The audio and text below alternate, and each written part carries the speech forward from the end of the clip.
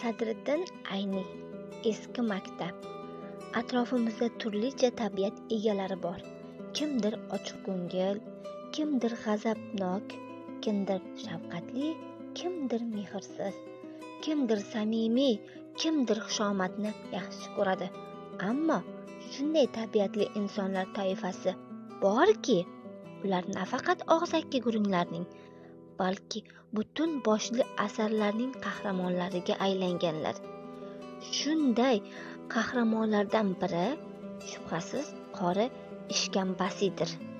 Boylik, mol-dunyo nafaqat ko'zini, balki butun ongu shururini egallab olgan Ishkamba obrazi, uning qarashlari, atrofdagi odamlar va yashayotgan muhitga munosabati kitobxonning kulgidan ko'ra g'azabini, ko'pchilik holatlarda esa chin dildan rahm-shafqat tuyg'usini uyg'otadi.